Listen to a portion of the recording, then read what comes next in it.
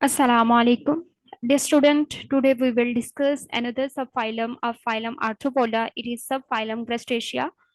All the organisms that you can see on the screen, we will discuss in today's lecture in detail.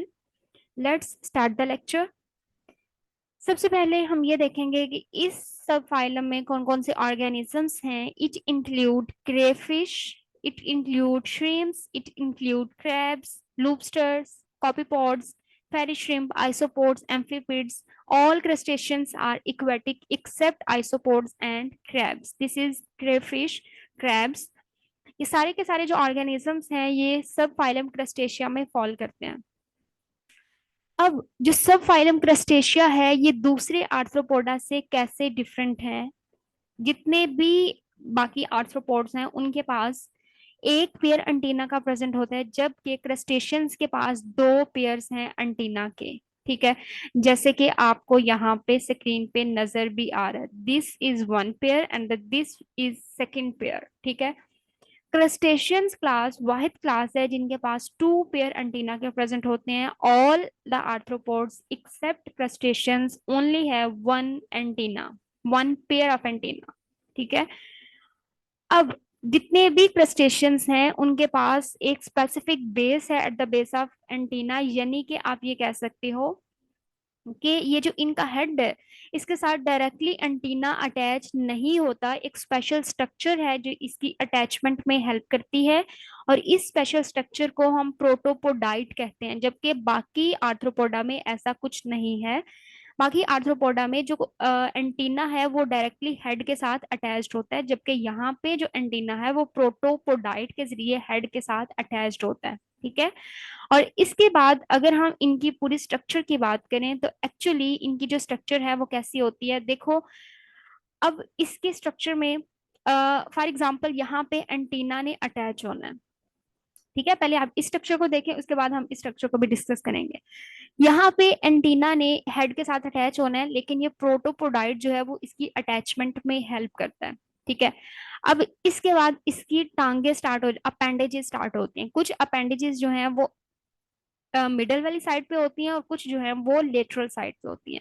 जो middle वाली side पे होंगी उसको हम एंडोपोडाइट कहेंगे और जो लेटरल वाली साइड पे है उसको हम एक्सोपोडाइट कहेंगे. ठीक है, इसी तरीके से जो प्रोटोपोडाइट है उसके सेंटर में भी प्रेजेंट होते हैं, मतलब उसकी इनर वाली साइड पे भी वो होते हैं और उसकी आउटर साइड पे भी होते हैं. जो इनर साइड पे होंगे इसको हम एंडाइट कहेंगे और जो बाहर वाली साइड पे है उसको हम एपिपोडाइट कहेंगे.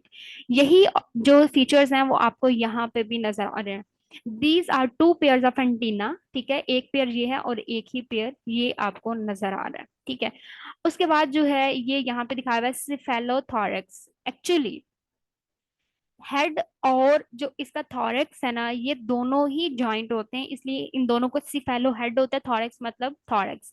तो ये दोनों जो हैं वो एक साथ होते हैं, इसलिए इनको हम सिफेलोथोरैक्स कहते हैं. और इसके ऊपर एक हार्ड कवरिंग होती है जिसको हम कैरापेस कहते हैं. ये इसका शेल होता है जो इसकी बॉडी को प्रोटेक्ट करता है. उसके बाद इसकी बॉडी एक्चुअली दो हिस्सों में डिवाइड होती है, एक सिफेलोथोरैक्स में और दूसरा इसके अब्डोमेन में. ठीक है, अब यहाँ पे डिटेल में ये फीचर्स नजर नहीं आ रहे, लेकिन बेसिकली इसके जो एंटीनास हैं वो इसकी शेप इस तरीके से होती है. ठीक है, तो यहाँ पे भी यही मेंशन है कि इसके पास मीडियल रैमर्स होते हैं. ठीक है, और इसके बाद इसके पास क्या प्रेजेंट होता है यहाँ पे, इसको हम एक्सोपोडाइट कहेंगे और जो मिडिल वाले हैं उसको हम एंडोपोडाइट्स कहेंगे. ठीक है, ट्राइलोबाइट्स जो हैं, ट्राइलोबिटोमॉर्फा जिसकी हमने स्टडी किया था सब फाइलम को, जिसके तमाम मेंबर्स जो हैं वो एक्सटिंक्ट हो चुके थे. डिफरेंट जोलॉजिस्ट स्टडी दिस सब phylum and they said according to evolutionary history subphylum crustacea belong to subphylum Trilobitomorpha. It means Trilobitomorpha is the ancestor of subphylum crustacea. ठीक है, इसमें डिफरेंट क्लासेस आती हैं, मेलाकोस्ट्रेका, ब्रैंकियोपोडा, कॉपीपोड्स और सेरिपिड्स. ठीक है, आज के इस लेक्चर में हम क्लास मेलाकोस्ट्रेका को डिटेल में डिस्कस करेंगे. क्लास मेलाकोस्ट्रेका में क्रैब्स आते हैं, लॉबस्टर आती हैं, क्रेफिश हैं, श्रिम्प लाइक रील्स हैं, आइसोपोड्स हैं और एम्फिपिड्स भी इस क्लास में आते हैं. इस स्ट्रक्चर को हमने पहले ही डिस्कस किया. इसके बाद हम क्लास मेलाकोस्ट्रेका को डिस्कस करते हैं. Dear student, this class of subphylum Crustacea. It is the largest class. It includes crabs, lobsters, crayfish, shrimp, mysids, shrimp-like krill, isopods, amphipods. अब जाहिर है अगर हम हिरार्की की बात करें तो इसके बाद क्लास के बाद ऑर्डर आते हैं, और क्लास मेलाकोस्ट्राका में जो ऑर्डर है इट इज अ डिकापोडा, और डिकापोडा जो ऑर्डर है इसका ये लार्जेस्ट ऑर्डर है। ठीक है, इसके बाद सबसे पहले है इसके अंदर हम क्रेफिश एक स्पेसिफिक ऑर्गेनिज्म को डिस्कस करते हैं। डियर स्टूडेंट, आपने ध्यान से इस चीज को समझना है कि सबसे पहले इसकी बॉडी को हमने दो हिस्सों में डिवाइड किया है।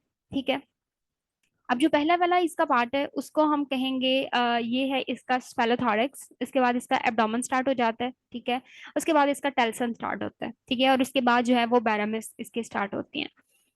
अब इसका जो हेड है यहाँ पे इसके पास डिफरेंट आईज की स्ट्रक्चर्स होती हैं। ठीक है, हेड पे क्या होती हैं, आई होती हैं। अब आई जो है ये सेंसरी का काम कर रही होती हैं। अब आई वाली स्ट्रक्चर जो है ये माउथ के पास दो एंटीनास प्रेजेंट होते हैं। ठीक है, दो एंटीनास प्रेजेंट होते हैं जो कि इसकी सेंसरी फंक्शंस परफॉर्म करते हैं। अब देखो यहाँ पे ये एक्सोपोडाइट आपको नजर आ रहे हैं और इसके साथ एंडोपोडाइट्स भी हैं जो कि इस स्ट्रक्चर में आपको विजिबल नहीं है। हेड के ऊपर दो एंटीनास प्रेजेंट होते हैं, उसके बाद हेड के बाद ये आपको दो antennas, first antenna second antenna, ये फर्स्ट एंटीना ये सेकंड एंटीना। ठीक है, अब ये दोनों जो एंटीना है ये दोनों सेंसरी फंक्शंस परफॉर्म करते हैं। उसके बाद जो अगला एंटीना है, जो अगला अपेंडिज है, इसको हम कहेंगे मैंडिबल। उसके बाद जो थर्ड है उसको हम फर्स्ट मैक्सिला कहेंगे, और जो थर्ड है उसको हम सेकंड मैक्सिला कहेंगे। ठीक है, अब इसमें जो थर्ड वाला मैक्सिला है उसका काम क्या होता है, यहाँ पे देखो यहाँ से ये थॉरैक्स जो है वो स्टार्ट हो जाएगा, और इसके साथ यहाँ पर अगर हम इनर वाली साइड पे देखें तो यहाँ पे गिल्स की स्ट्रक्चर्स भी होती हैं। अब ये गिल्स के साथ एसोसिएट होता है, इसलिए जो मैक्सिला है सेकंड मैक्सिला इसका काम होता है इसका काम होता है रेस्पिरेशन में। ठीक है, जबकि पहले तो दो सेंसरी थे, उसके बाद ये थर्ड है, फोर्थ है और फिफ्थ है। इसका मतलब है तीन से जो पांच वाले हैं इसका काम क्या होगा, इसका काम होगा फूड को होल्ड करना और फूड की च्यूइंग करना। ठीक है, उसके बाद जो आगे वाली अपेंडिजेस हैं जिसमें से 6 से 8, जो 6 से 8 हैं, यानी कि दो ये थे, चार, 3, 4 और 5, उसके बाद है 6, 7 और 8। ये जो तीन है 6 से 8 वाले जो हैं इसको हम मैक्सिलिपिड्स कहेंगे। इन तीन को हम मैक्सिलिपिड्स कहेंगे। ठीक है, और ये जो मैक्सिलिपिड्स हैं इनका काम है सेंसरी और फूड की हैंडलिंग में। सेंसरी काम भी करता है, सेंसरी और एक्सेसरी काम करता है, और फूड की हैंडलिंग में भी ये काम कर रहा होता है। उसके बाद जो अगले वाले हैं जिसमें 9 से 13 आते हैं, फॉर एग्जाम्पल यहाँ तक 8 खत्म हो गए थे, ये 8 है। उसके बाद 9, 10, 11, 12 और 13, ये जो बाकी 9 से 13 अपेंडिजेस हैं इनको हम कहेंगे ये पीरियोपोड्स हैं। ठीक है, और इसको वॉकिंग लेग्स भी कहा जाता है, और ये पिंसर लाइक होती हैं, इनलार्ज होती हैं और चिलेट्स होती हैं। इसका काम होता है डिफेंस में और फूड की कैप्चरिंग में। उसके बाद अगले जितने भी अपेंडिजेस हैं उसको हम पिलियोपोड्स कहते हैं, और ये लास्ट अपेंडिजेस होते हैं। फॉर एग्जाम्पल ये बाकी जितने भी आगे अपेंडिजेस आ जाएंगे इसको हम पिलियोपोड्स कहेंगे। ठीक है, 9 से 13 वाले को हमने पिलियोपोड कहा था, उससे पहले को हमने मैक्सिलिपिड्स कहा था, और उससे पहले को हमने सेकंड मैक्सिला, फर्स्ट मैक्सिला और मैंडिबल कहा था, और ये दो अपेंडिजेस जो हैं ये इसके सेंसरी अपेंडिजेस हैं। अब ये जो पिलियोपोड्स हैं इनका काम बहुत इंपॉर्टेंट होता है, एक तो इन्होंने स्विमिंग में हेल्प करना होता है, दूसरा इन्होंने जो गुनेड्स हैं उनको भी ट्रांसफर करवाने में हेल्प करना होता है, और हैचिंग में ये हेल्प कर रहे होते हैं। ठीक है, और अगर मेल है तो ये क्लैस्पर के तौर पे काम करता है, जिसके जरिए जो स्पर्म है वो फीमेल की बॉडी में इंजेक्ट किए जाते हैं। इसके बाद इसकी टेल है जिसको हम टेल्सन कहते हैं, और ये जो टेल्सन है ये दो बैरामस में डिवाइड होती है जिसको यूरोपोड कहते हैं। अब अंदर वाली जो है वो एंडोपोडाइट होगी और जो बाहर वाली है वो एक्सोपोडाइट होती है। और इस तरीके से इसकी जो पूरी बॉडी है जिसमें डिफरेंट अपेंडिजेस हैं, और डिफरेंट अपेंडिजेस इसके डिफरेंट फंक्शंस परफॉर्म कर रहे होते हैं। अब इसकी हम अगर बात करें फीडिंग की तो जो मेलाकोस्ट्राका है वो इनवर्टिब्रेट पे भी फीड करती है, प्लांट मैटर पे भी फीड करती है, यानी कि एल्गी पे फीड करती है, और ये सेक्वेंजर्स पे भी फीड करते हैं, यानी कि डेड और डिकेइंग मैटर के ऊपर भी ये फीड करती है। ऑर्गेनिक मैटर डेड और डिकेइंग होता है उसके ऊपर फीड करे तो डेड ऑर्गेनिजम्स इज कॉल्ड सेक्वेंजर्स। अब इसकी गट को हमने 3 पार्ट में डिवाइड किया है। फर्स्ट जो है वो फोरगट है, और इसकी जो फोरगट है वो एज ए स्टमिक तौर पे काम करती है, और यहाँ पे ये ग्रूव्स हैं, इसके अंदर गैस्ट्रिक ग्लैंड्स होते हैं जो कि एंजाइम्स को सिक्रीट करते हैं, और फूड जो है यहाँ पे डाइजेस्ट होती है। उसके बाद जो मिड गट है वो इंटेस्टाइन के तौर पे काम करती है, और जो हाइंड गट है वहां से जो वेस्ट मटेरियल है वो एनएस के जरिए बॉडी से बाहर रिमूव कर दिया जाता है। सर्कुलेशन इसमें ओपन होती है, और तमाम आर्थ्रोपोडा के अंदर जो सर्कुलेटरी सिस्टम है it is open. Open circulatory system we have discussed many times in previous lectures. If the blood directly bath the tissue, this system is called open circulatory system. अगर तो blood जो है वो हमेशा blood vessels में ही रहे, यानी कि आर्टरी है, उसके बाद कैपिलरीज है, उसके बाद वेन्स है, तो this system is called closed circulatory system. ठीक है, लेकिन आर्थ्रोपोडा का जो सिस्टम है it is open circulatory system. अब इसमें होता क्या है कि जो डॉर्सल ब्लड वेसल है that we have discussed in previous lecture, उसमें जो डॉर्सल ब्लड वेसल है it act as a heart, ये पूरी बॉडी को ब्लड सप्लाई करेगा। उसके बाद जो डीऑक्सीजनेटेड ब्लड है ये अगेन जो है वो कहाँ पे चली जाएगी, हार्ट के पास, और हार्ट जो है वो इसको लंग्स के पास भेजता है, वहां पे इसकी ऑक्सीजनेशन होती है, फिर हार्ट के पास आते हैं और फिर पूरी बॉडी में डिस्ट्रीब्यूट कर दिया जाता है। अब इनकी जो रेस्पिरेटरी सिस्टम है ये गिल्स की फॉर्म में होता है। अगर ये इक्वेटिक हैं तो ये गिल्स जो हैं हेल्प करते हैं इसकी ऑक्सीजनेशन में, and if they are terrestrial they these lungs modified into lungs, और जो लंग्स हैं वो इसकी रेस्पिरेशन में हेल्प कर रहे होते हैं। एक्चुअली गैसियस एक्सचेंज का मतलब ये होता है कि बॉडी के अंदर ऑक्सीजन का लेके आना और बॉडी से कार्बन डाइऑक्साइड को बाहर निकालना। और ऑक्सीजन क्यों जरूरी है, ताकि बॉडी के अंदर जितनी भी कार्बोहाइड्रेट्स हैं उसको ब्रेक किया जाए, वहां से एनर्जी ली जा सके और बॉडी अपना फंक्शन परफॉर्म कर सके। And the carbon dioxide is toxic and it is a waste for the body, we have to remove and all the organisms have to remove this carbon dioxide from the body. So the gills can effectively help them to remove from the body, because if it will be in the body it can cause multiple disorders as well. अब अगर हम इनके nervous system की बात करें, they have very complex nervous system, they have compound eyes. Dear student, compound eyes का मतलब ये होता है कि देखो आईज 2 तरह की होती हैं।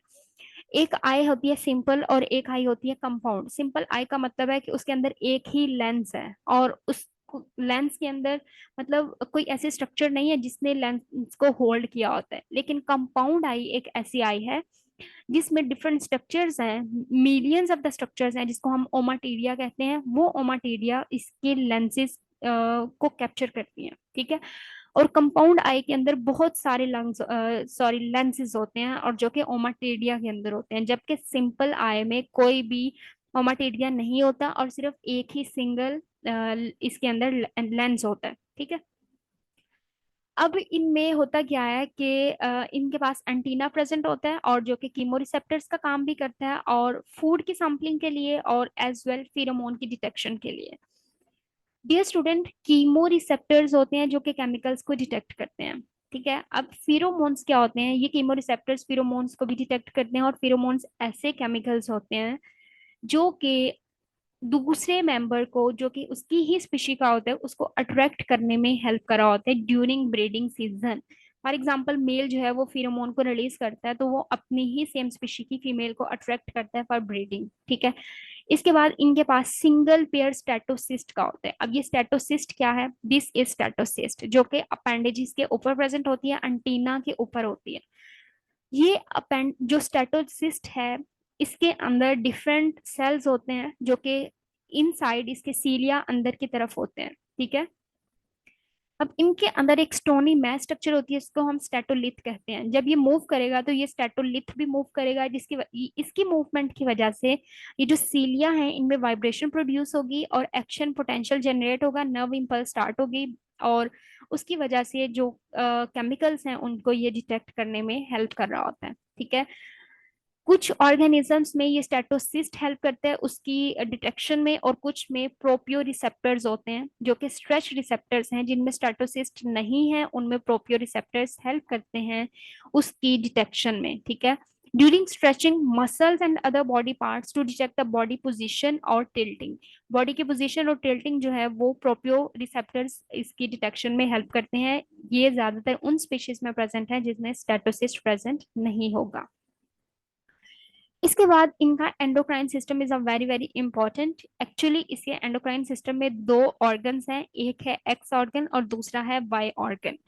जो एक्स ऑर्गन है ये आई स्टॉक में प्रेजेंट होता है और जो वाई ऑर्गन है it is present in mandibular region. ठीक है. अब इसमें होता क्या है कि ये दोनों ही जो ऑर्गन्स हैं ये एक डाइसिस यानी कि मोल्टिंग के प्रोसेस को कंट्रोल करते हैं. और मोल्टिंग क्या होता है? Shedding of exoskeleton. अब इन्हें इसने एक्सोस्केलेटन को शेड ऑफ क्यों करना है? क्योंकि इसने अपनी ग्रोथ को इंक्रीज करना है. ठीक है. अब जाहिर है exoskeleton is the outermost covering. It never allow the organisms to elongate its body. when the organism want to show its growth it have to remove its exoskeleton first. ठीक है. अब इसके एक्सोस्केलेटन को remove करने के process को ही एक डाइसिस या मोल्टिंग हम कहेंगे. अब एक्चुअली होता क्या है कि जब मोल्टिंग नहीं होनी तो इस दौरान क्या होगा? जब मोल्टिंग नहीं होगी तो जो एक्स ऑर्गन है ये एक हार्मोन को रिलीज करता है जिसको हम कहते हैं मोल्ड इनहिबिटिंग हार्मोन. ये जो हार्मोन है ये साइनस ग्लैंड के अंदर स्टोर होता रहता है और यहाँ से रिलीज भी होता है. ठीक है. अब ये जो साइनस ग्लैंड है ये MIH को रिलीज करता है और इसका कहाँ पे रिलीज करेगा? वाई ऑर्गन के ऊपर. अब वाई ऑर्गन के ऊपर जब तक MIH जो है वो रिलीज होता रहेगा और इसको अफेक्ट करता रहेगा तब तक मोल्टिंग नहीं होगी. ठीक है. जब मोल्टिंग होनी होगी जो जो इसका एक्स ऑर्गन है वो मोल्ट इनहिबिटिंग हार्मोन को प्रोड्यूस करना बंद कर देगा. ठीक है. या कम कर देगा. जब MIH प्रोड्यूस नहीं होगा साइनस ग्लैंड इसको रिलीज नहीं करेगा. इसका मतलब है साइनस ग्लैंड वाई ऑर्गन के ऊपर भी MIH को जो है वो फॉल नहीं करवा रहा. जब MIH का इफेक्ट कम होगा तो वाई ऑर्गन जो है ये एक डाइसोन हार्मोन को रिलीज करेगा और ये जो एक डाइसोन हार्मोन है ये मोल्टिंग के प्रोसेस को स्टार्ट कर देता है. इनडायरेक्टली आप कह सकते हो कि जो एक्स ऑर्गन है ये इनहिबिट करता है मोल्टिंग को और जो वाई ऑर्गन है ये इनहिबिट जो मोल्टिंग है उसको इंड्यूस करवाता है. तो इस तरीके से इनमें मोल्टिंग का प्रोसेस होता है. उसके बाद अगर हम इनकी रिप्रोडक्शन की बात करें तो इनकी जो रिप्रोडक्शन है उसमें कुछ जो रिप्रोडक्शन है उसमें डायरेक्ट होती है और कुछ में लार्वा भी प्रोड्यूस होता है. ठीक है. अब ज्यादातर जो इसकी स्पीशीज हैं वो डायोशियस होती हैं और बर्नैकल्स के अलावा. ठीक है.